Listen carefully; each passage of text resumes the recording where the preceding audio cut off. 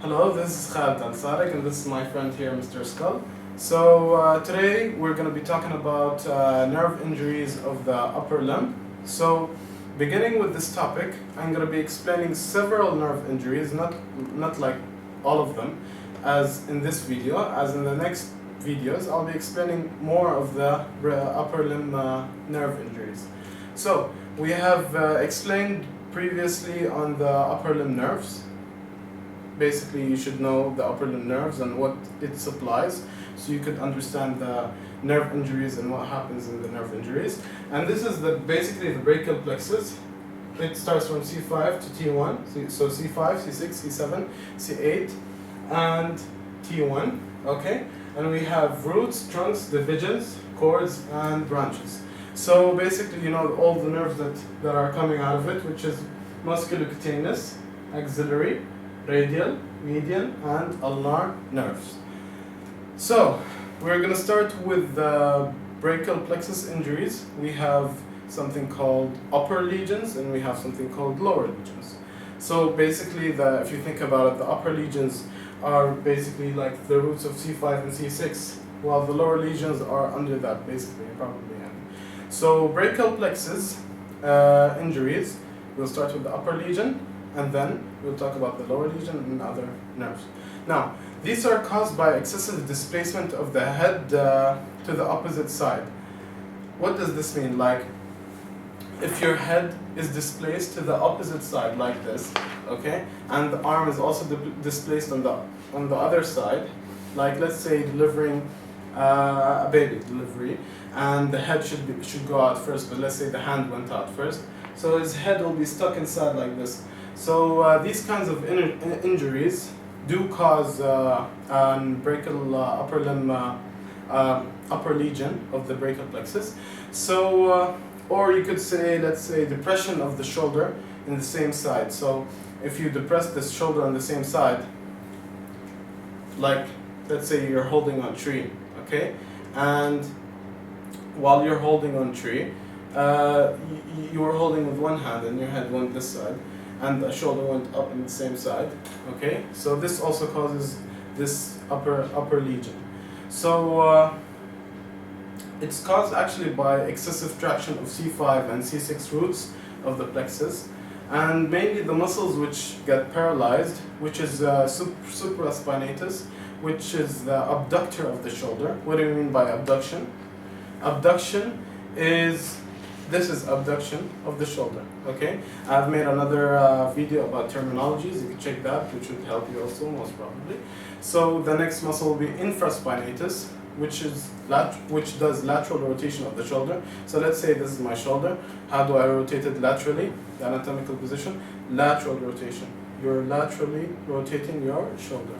So biceps brachii, basically the biceps, is the flexion of the elbow, causes flexion of the elbow, and coracobrachialis, it causes actually flexion of the shoulder.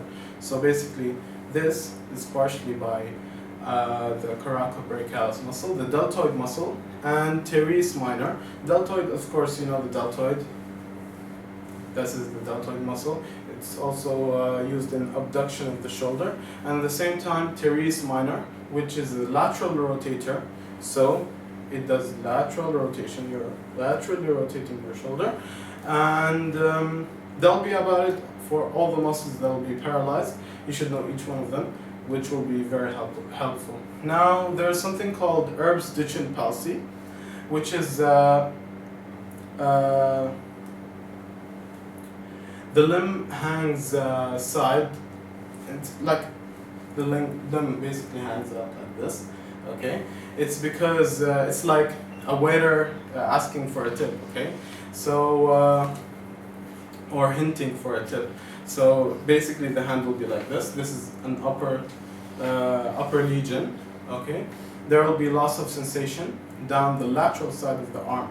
So where is the lateral side of the arm? Lateral means the outside. So basically, in the anatomical position, this is the lateral side of the arm. Okay, so there is the brachial plexus injuries, which is another one called the lower lesions. Okay, so these injuries are actually caused by excessive abduction of the arm. What do you mean by abduction? Okay, this is abduction. So when it's excessively abducted, your hand goes like over abducted, okay, and this causes the lower lesions, okay, and it's also the first thoracic nerve is usually torn, so this is really bad actually. And the hand has a clawed appearance. What do you mean by clawed appearance? The hand will be like this, as a claw hand, okay? So it's caused by hyperextension of the metacarpopharyngeal joints, which is the metacarpal joints, okay? We have carpal joints, which are the carpal bones. This is the metacarpal joints. This is the metacarpals, okay? So carpal, metacarpal, hyperextension, so basically the hand does like this, okay? And flexion of the this is the pharyngeal joints, okay? The first pharyngeal joint, second and third, second pharyngeal joint, and so on, third pharyngeal joint, okay? So basically the hand will be flexed like this, as a clawed hand. So there will be loss of sensation along the medial side of the arm, opposite to the upper lesion, which would be, this is the medial side of the arm, okay? In the upper lesion, we'll have lateral side of the arm, loss of sensation there. So the lesion, the lower lesion, could be also there with, let's say, a cervical rib. You know that the ribs start from the thoracic area, but some people have ribs in the cervical area, like over here in the neck. So we call this fake ribs, okay, in the cervical ribs. Why do I explain myself when I have Mr. Skull here, my friend? So this is the first rib is T1, okay?